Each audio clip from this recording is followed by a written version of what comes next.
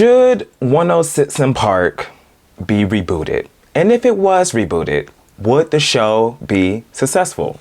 Now, this is a pretty random topic, but let me explain what inspired this video. So 3 years ago, Bow Wow went on a Twitter rant about BET, and he said this: "My dream list for BET. Rhapsody is back, hosted by Smack." I have no idea who Smack is, but okay. 106 in Park is back digitally and TV. Since we are in the virtual world now, why not bring Cedar's World to be revamped? I'm Def bringing back Uncut, online only, and we should bring back College Hill, plus more shows and content. Bringing 106 in Park to Atlanta is time for new energy. It's time we move on with the culture. 106 in Park must be shot in ATL now. The pandemic hit New York. Is shut down. Business is booming here. All the celebs are here. That would be my first major move. Live audience on TV and stream live. Just want everyone to know it's not just 106 or a show with a concept. It's bringing more music Thrive shows to the network and hip-hop documentaries such as the Chronicle series, followed by more hip-hop Thrive content. I don't know the motivation or what inspired Bow Wow to put out these tweets. This was in 2020. We were coming out of a pandemic. Maybe he was on YouTube or something and watching old BET clips, or maybe he was actually watching the channel of BET on television and realized what a network it has become. But overall, it's a very interesting conversation because 106 in Park is definitely important to the culture. And I agree with a lot of the things he was saying, but some of the things he was saying, it was just like, okay, Bow Wow. Like, you lost me here, but you got me here. But with that being said, I'm going to give my viewpoints on the possibility of 106 in Park returning to BET. Let's get into it.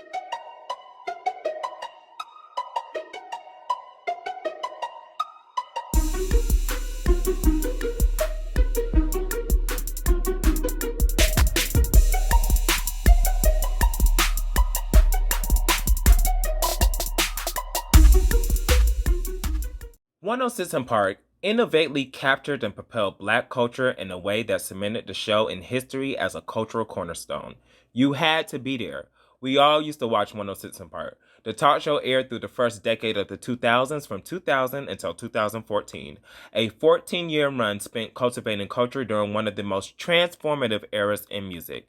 Every Black 90s kid wanted to be a part of the live studio audience for the opportunity to see which celebrity would be making their guest appearance.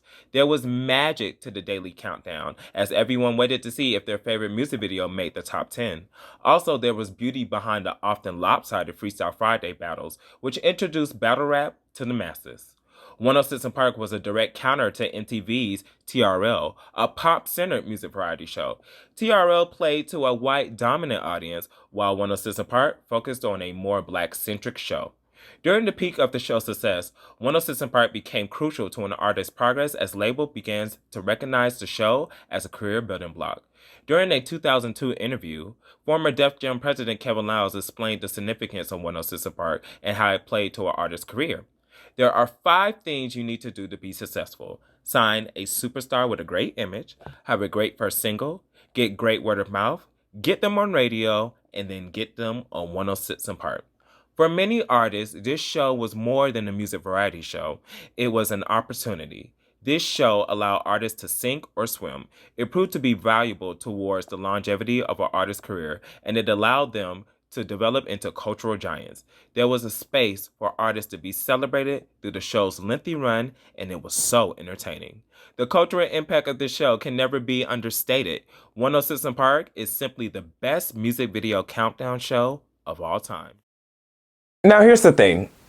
I don't want anybody to think that 106 in Park coming back is fueled by nostalgia. Because, you know, there's a big criticism online from everybody. They say that they are tired of these movie studios. They are tired of these television networks. They are tired of these writers and producers using nostalgia to revamp or re-alive a concept that we used to watch or we used to appreciate when we were kids, when we were younger, anything from back in the day. Why can't you guys take this opportunity to bring something new and bring something fresh? I agree with that. I definitely agree with that. However, with 106 in Park, It's not fueled by a nostalgic sense. 106 in Park coming back is a needed situation. And let me explain why. Currently, there's not a lot of spaces for artists, specifically Black artists, to go and promote their music. Now, I know some people might mention, The Breakfast Club, Hot 97, Revolt TV. I know some people might mention the late night talk shows, Jimmy Kimmel, Jimmy Fallon, Stephen Colbert, Watch What Happens Live with Andy Cohen. Sidebar, why are all of the late night talk shows ran by white men? That's a video topic for another day. Back to this. But the difference between those shows and 106 in Park, if you have an artist and they have an album coming out, they're going to book an interview with the Breakfast Club. You're only going to see them one time when it's time for them to promote the album. Now, the difference between those shows and 106 in Park, if you have an artist, they have an album coming out. This is a music video show. So the promotion game was so different on 106 in Park because they played music videos every single day. Music was being pushed and seen, and the ratings for 106 in Park, it was an average viewership of 600,000 viewers on a daily basis. The thing about 106 in Park, they can go on 106 in Park multiple times to promote the album. Why?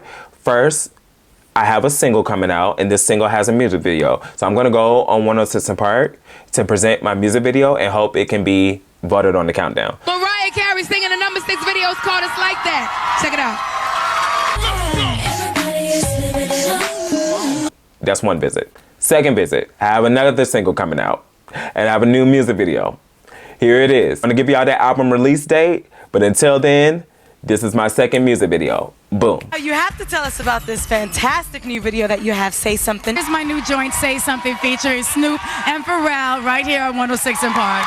Third visit. Okay, but look, I got another single coming out, or maybe I got a remix, or maybe I got a feature and we shot a music video. So here it is. My album is still coming out on this date. I got a new music video. Boom. Third visit.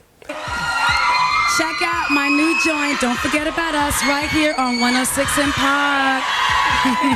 Fourth visit. Hey, look, the album is coming. The album is coming. Guess what? I'm going to do a performance for you guys. So I'm going to go on stage and perform my music, and y'all are going to be hyped, ready for this album to drop. That can be the fourth visit. 'Cause the love ain't the same and you keep on playing games. Fifth visit. Album is here. The album is here. I'm going to come. When I visit 106 in Park, everybody in the studio audience is going to have the CDs in their hand. They're going to have posters for me to sign, and I'm going to sit and talk about the album. I'm going to talk about the producers. I'm going to talk about the writers. I'm going to talk about the features, and all of this episode is going to be dedicated for me to push this album. Hey y'all, you're just tuning in. You're watching 106 in Park. It's BET's Top 10 Live. We got Mariah Carey in the building, and her new CD titled The Emancipation of Mimi arrives in stores on April 12th. So you literally have 5 visits on 106 in Park for artists to promote their music. But it doesn't stop there. 6th visit of 106 in Park. Guess what? My album is out. It has gone platinum. It's nominated for this award, that award, that award, and I'm going on tour. So I'm going to promote my tour, and I'm going to give tickets to everybody in the live studio audience so they can bring up the hype for my tour and see me on stage. And you know what? I might perform a song just so y'all can see the type of energy that I'm going to bring on my tour. Mariah Carey in the house. She's about to go on tour. Tickets go on sale this Friday for her tour. June 2nd. Right, so it's called The Adventures of Mimi. The Adventures of Mimi. Artists used to go up there and legit get the promotion that they deserve. They have worked hard on the album. They have worked hard on the music videos. They have worked hard on the promotion. Literally, you see what an album rollout is about. That's the thing. 106 in Park, it gave artists a platform in order to do a proper album rollout. Now, I'm not going to sit up here and be like, hey, every artist that got on 106 & Park had a successful music career, because no, that's not the case. However, I can say, and this is just my opinion, 90% of the artists that came up in the late 90s and the early 2000s, them visiting 106 & Park as often as they did, it definitely played a part into their success and why they are successful music artists to this day.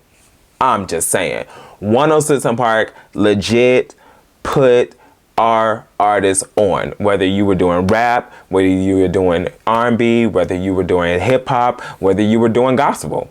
Kurt Franklin used to come on 106 & Park. Mary came on 106 & Park. I'm just saying, 106 & Park was just so needed. I want to say just thank you guys for what you've done for Black entertainment and what this show has done for Black entertainment. My fans got a lot of amazing moments with me, and I got a lot of amazing moments with them because of this show. So thank you for this show. Thank you, BT, for this show. And then even if they're not even doing music, I got a brand deal that I want to promote to you guys. I got a movie that's coming out. 106 & Park provided that space, and we need that space so much in today's climate. But I saw a quote where she said it's not about the numbers, and I'm not a chart reader. I don't look at charts. The only one I actually might be in tune with is like 106 & Park, you know, which doesn't reflect the masses or around the world. I'm really not one of those people. We gave 106 & Park their flowers. I mentioned why 106 & Park is so needed in today's climate. Now let's discuss what went wrong with 106 & Park. Because once we recognize our mistakes, we're not going to do it again, okay? First off, after Terrence and Roxy left the show, 106 & Park held auditions. And they hired Bow Wow to host. And then out of the auditions, they had Miss Mikey, Pageon, and Shorty. Why did they have 4 people host 106 & Park? I think that was absolutely so stupid. It was too much going on.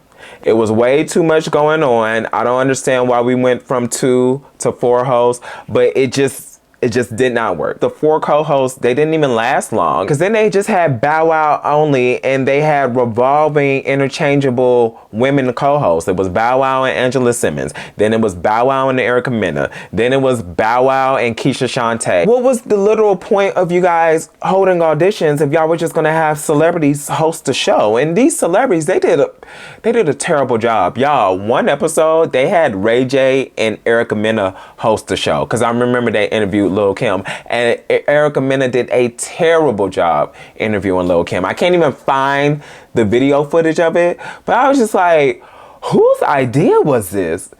Instead of it being, it went from AJ and Free to Big Tigger to Jaleesa to mother a Love and Hip Hop reunion.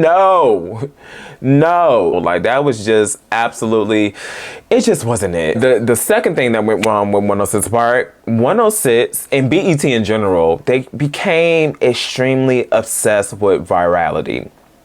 They were doing things, saying things just to create a viral moment and just to make sure they gained viewers and gained ratings. And to be honest, that is what the downfall of 106 Park was. And that's honestly what the downfall of BET was. For example, the August Alsina situation. I think he had beef with Trey Songz. I don't know, this was so long ago. I think he had beef with Trey Songz, and his publicist and his team, they told the producers at 106 Park, please do not ask any questions about Trey Songz. I'm there to promote my album, this, and the third. What ended up happening, the producers told Keisha Shantae to ask August Alsina about Trey Songz, and he ended up cursing her out. Is there any chance that 2 talented brothers will bury the hatchet? I just told y'all not to ask me that shit when I got up in here. First of all, that was just disrespectful. Let's just be clear. There was no reason why he disrespected that girl in front of millions of people. Like, that was just unacceptable. He should not have cussed that girl out. Like, that was just wrong. But at the same time, BET, if this is just a one request that the artists that you guys booked on your show, if this is the one request that they required because they didn't want to have no negative publicity, they're there to promote their album, then y'all just should have honored it. y'all shouldn't have honored it. But what ended up happening was he cussed that girl out and it went viral. And that's the main thing, well, one of the main things that August Alsina is known for. Another crazy moment, I remember when Sierra, the Body Party album, when that album came out, they literally had Sierra booked on 106 & Park every single day of the week. Every single day of the week. And you're asking why? Because Bow Wow was hosting. So these messy ass producers, they wanted Sierra to be on 106 & Park every single day that Bow Wow was hosting. Just because Bow Wow and Sierra are exes. Sierra was dating Future at that time, but they was just trying to make a messy moment happen because Bow Wow was hosting 106 & Park and Sierra was there to promote her music. Not one day, but literally every single day in the same week. Granted, she only had 2 music videos out at that time, and it was Body Party and it was I'm Out featuring Nicki Minaj. And I was just like, BT, what? Who? What? Like, what are we doing? Like, what are we doing? Of course, this was like the nail in the coffin when they had Karrueche read that nasty, disrespectful tweet about Blue Ivy.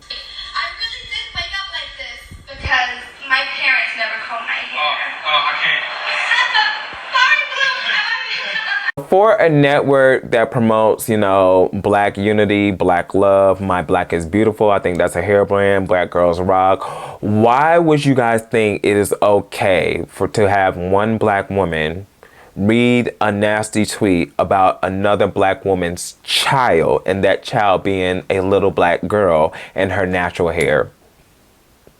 Did that make any sense? Like, what? Because the tweet wasn't funny. It wasn't funny. I remember when I first watched it, I was like, was that supposed to be a joke?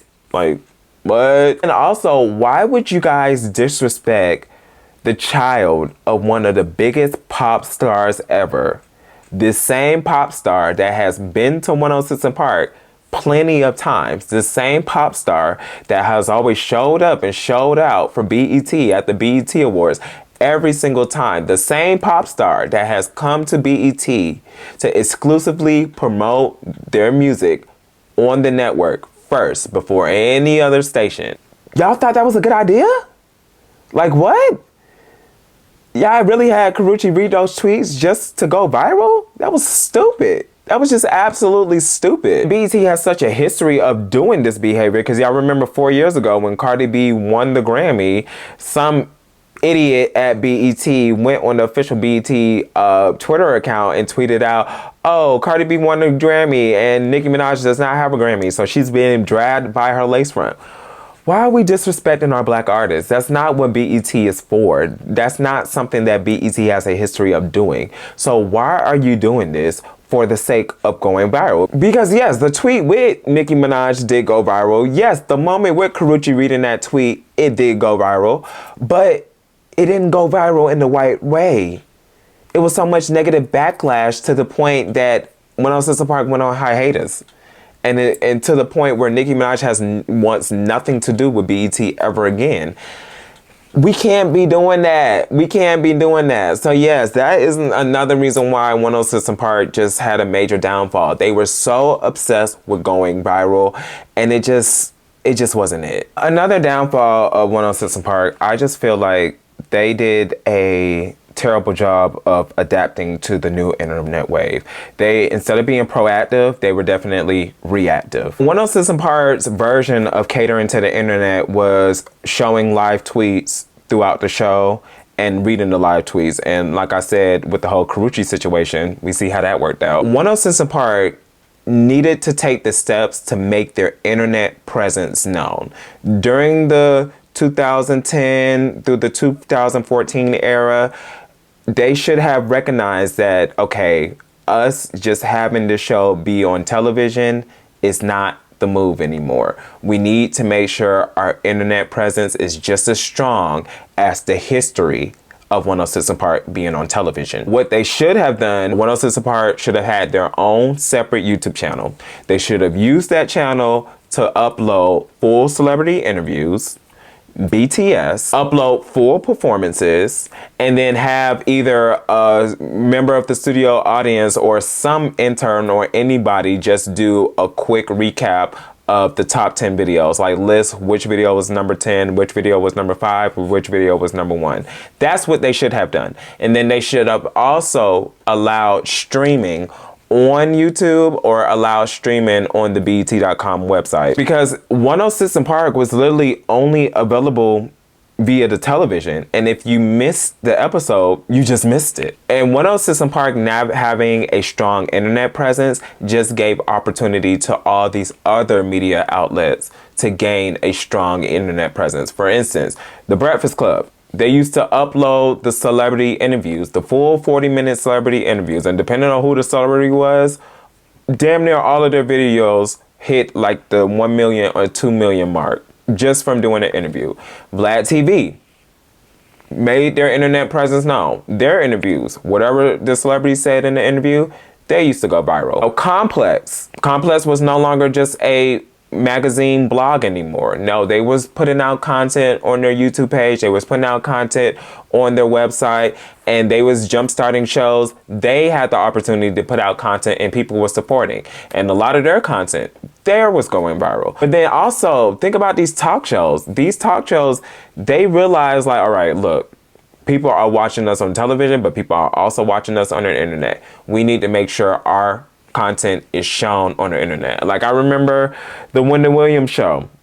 Wendy Williams, you know, queen of daytime television, she had a strong following on the television, and people watched her show every single day. Her YouTube page, they uploaded the full Hot Topics segment, so people were able to go on YouTube and watch what Wendy Williams was saying. And they also did that on Facebook as well. And the Wendy Williams show also had the interviews, they also had the performances, and they also had the behind the scenes footage. All of that is publicity for the show. All of that is not only shown on television, but it was shown on their internet. And that made the image be strong in multiple facets, not just one, which is television. You got television and you're on the internet. And 106 in Park did not do that. They were settling for showing tweets on the live broadcast and having the host read the tweets aloud. No, they should have simply made their internet presence known. And it was a missed opportunity. All right, now let's revisit Bow Wow's tweet. He says, bring 106 in Park to Atlanta. It's time for new energy. It's time we move with the culture. 106 in Park must be shot in Atlanta now. Business is booming here. All the celebs are here. That would be my first major move. Live audience on TV and stream live. 106 in Park being in Atlanta is actually a good idea. There are 3 major HBCUs in Atlanta: Clark Atlanta University, Morehouse College, and Spelman. And I'm just thinking about if 106 in Park was shot in Atlanta, the internship and job opportunities that they can be given to the college students, but also the many high school students and the many of the freshman college students going to 106 in Park, witnessing a free live concert, witnessing being in a live studio audience on the television set. Like, that would be beautiful. That would really, really, really be beautiful. And yes, a lot of celebrities, they do stay in Atlanta, so it's not going to be an inconvenience for them to go on 106 in Park. Instead of like catching a flight to New York, they can just pull up to the studio in Atlanta. Very, very, very, very, very convenient. Now, there's only 2 major disadvantages that I can think about with 106 in Park being in Atlanta. Say artists like, I don't know, Cardi B. Boom, an artist like Cardi B, big name artist. If she has an album out, she's going to promote the album at all the media outlets that are in New York.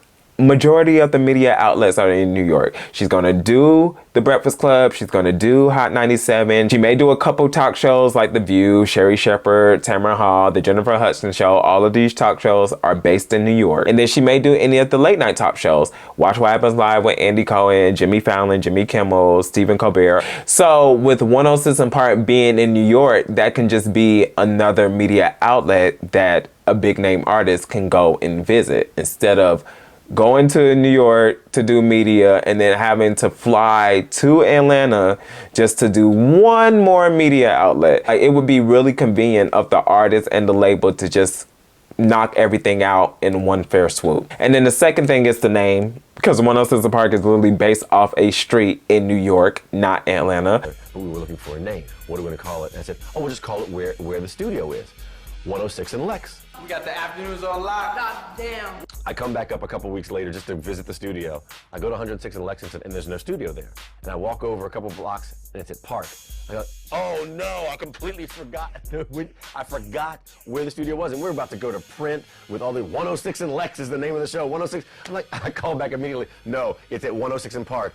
But it was literally a day away from being called 106 and Lex. I don't think people are going to be OCD about it, but that's just a fun fact. If we're going to have the show 106 and Park be in Atlanta, should it be renamed to another street in Atlanta, or we just going to keep the same name and it's the same energy? Like, y'all know what it is. You know, it's just something I just needed to bring up. It's not that serious, but whatever. As Bow Wow said, it definitely does need to be streamed online. I don't know what is the literal purpose of the BET Plus app. It's just an app full of reality shows and Tyler Perry content. If you guys have the BET Plus app, stream 106 and Park on the app. Stream 106 and Park on YouTube. Stream 106 and Park on BT.com. It needs to be shown on the television and it needs to be shown on the internet. Like I said, with the internet presence, make sure 106 and Park has a strong internet presence so you can get publicity through the television and publicity online. I agree with that sense from Bow Wow. All right, let's talk about the host. If 106 and Park was to come back, who should host the show? All right, look, chemistry is everything. Chemistry is absolutely everything, which is why a lot of people love AJ and Free. They had immaculate chemistry, but also they were so professional. They were able to ask the questions that, you know, we, the audience, wanted to ask, but they were never disrespectful. Their energy together was great, and their energy together is part of what made that show interesting to watch. Because, you know, you're playing the same videos over and over and over and over again. You know what I'm saying? The same artists over and over. And it's because it's what the people demand. So the hosts have to be so interesting that even if you saw the Bow Wow joint #1 yesterday, it's going to be #1 today.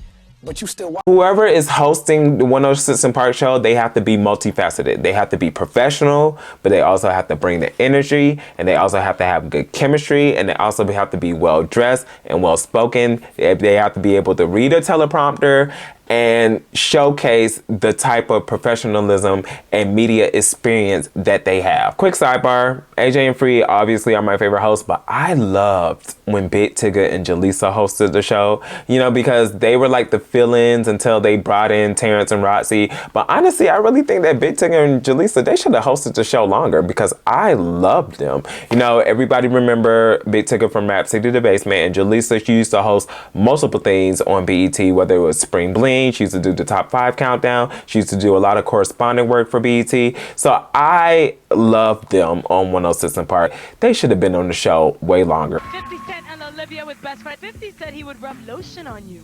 On who? On Olivia. On Olivia. On his best friend, he said in the song, like, yo, you're ashy right now. Like, I got you. I tell you what. What? I'm assy now? No. Listen here. Let's go to #5 video. I can't even get my arm out. Here's the chameleon there. Look at you. Riding dirty. If I had to name a male co-host, I would pick Drewski. Drewski has a massive fan base. He is extremely funny. If Drewski was to host 106 and Park, he would bring the fun, he would bring the comedy, and he would match the energy of the crowd and make the show an enjoyable experience to witness and watch live. That would be an amazing host. That would literally be an amazing host. And Drewski has hosted a lot of things, so he has the experience. I remember when I went to see J. Cole and 21 Savage, he was the host of that tour. Like, he got the crowd hype, he got the crowd ready for J. Cole, he got the crowd ready for 21 Savage. So Drewski would do the damn job, in my opinion. Drewski should definitely be considered to be a host on 106 and Park. Another fun host, I would say Kai Cenat. Now, Kai, he is one of the biggest streamers on Twitch. I have no idea what Twitch is. I'm a little bit old. I believe it's just a streaming site for niggas to go up there and play music and play video games and people just watch them. I don't know. You know, I don't have a Twitch. I don't plan on making a Twitch. But the man is very well known on Twitch, and he does bring a lot of celebrities to come by and they promote their music or they hang with him. I think Kai would be a good host for 106 and Park. My thing is, can he be professional? Professional in terms of like reading the teleprompter, conducting an interview, making sure he has good chemistry and good energy and interacting with the crowds. I don't know because I don't watch his content, but because he has such a strong social media presence and a lot of people know him hosting 106 and Park, it wouldn't be far-fetched. All right, let's talk about the female hosts. All right. So my first pick would be Keke Palmer. And here's the thing about Keke Palmer. I remember when BET gave Keke Palmer a talk show. It came on at 5 o'clock right before 106 and Park came on at 6 o'clock. And it was supposed to be the millennial version of like a Oprah or a Tyra Banks. You know, a talk show for the younger generation. It wasn't good. It wasn't good. It wasn't good. It wasn't good. Like, it was certain aspects of the show that was good, but it just didn't follow through. Instead of BET giving Keke Palmer a talk show, they just should have had Keke Palmer host 106 and Park. You know, I really feel like that should have been her introduction into the media space. Like, she would have matched the energy of the 106 and Park crowd. That would have been a better fit for her instead of giving her, you know, a talk show. I think it was called like Just Keke. So if they was to bring this show back, granted, you know, Keke Palmer, she busy. Stay busy or stay booked. But if they was to bring 106 and Park back, Keke Palmer would be like my first pick to be the female host on 106 and Park. And I really feel like Keke working with Drewski, Keke working with Kai Cenat. And Keke Palmer has the personality that she would get along with any and everybody that she works with. Also, she has connections, you know, she has relationship with a lot of celebrities. So them coming on, being interviewed by Keke Palmer, I mean, that would just work. I feel like that would be absolutely amazing. Now, real quick, I wanted to respond to this clip of Roxy. She was asked about, you know, if 106 and Park was to return. She said this. Don writes in and says, I wish 106 and Park was still around. Do you miss 106? You know, 106 and Park could still be around, but not in the format that I believe nobody's watching videos no more for 106 and Park. Nobody's going to watch the countdown. But I think that there's still space. There's very few places that we can go. And that was what 106 and Park was so important for, because there was no outlet for hip-hop artists to go to. People do watch music videos, and you know, if you go on YouTube and type in the artist music videos, there'll be like 100 million views on that. People do watch music videos. They just have the luxury of watching music videos at their own time. So if 106 and Park was to return, I still think they should have the top 10 music videos. Like, you know, make it a competition-based situation. Have the fans vote like they did in the past, vote for which music video they want to see, because again, this was a way for people to promote their music. And so you just have to make it competition based. So what they should do every single day, or probably every single week, whichever music videos are in the top 10, 106 and Park would partner up with Apple Music, partner up with Spotify, partner up with Tidal, and create playlisting so that song can be promoted on the streaming app. So in doing that, if the song is being promoted and people are using playlisting to support the song, in doing that, the song can be streamed as many times as it needs to be streamed, and it can chart high on the Billboard Hot 100 chart. So yes, don't take away the countdown, but just make the music be an incentive. Like, you have to make it a beneficial thing on both parties. But also, this is just my personal preference, they have to make sure that the music is equally. Like, don't have a countdown full of all rap videos. Like, no, you have to do 5 rap videos, 5 R&B videos. You know, let the black music be promoted equally. But yes, if BET ever considered to bring back 106 and Park, I strongly feel like the show would be a success, because it's a show that represents the newer generation. The newer generation needs a place where their voice can be shown and their voice can be heard. 106 & Park is so important to the culture. I strongly believe that 106 & Park will be successful if it returns, but only if it's done right. Straight up. But yeah, those are my thoughts. What do you think about 106 & Park potentially getting a reboot? Will it work? Will it not work? Let me know in the comment section. I appreciate you guys for making it all the way to the end of this video. Make sure you like, comment, and subscribe. And keep up with me on Twitter, Instagram, and TikTok. The links are in the description box below. And I will see you on the next episode.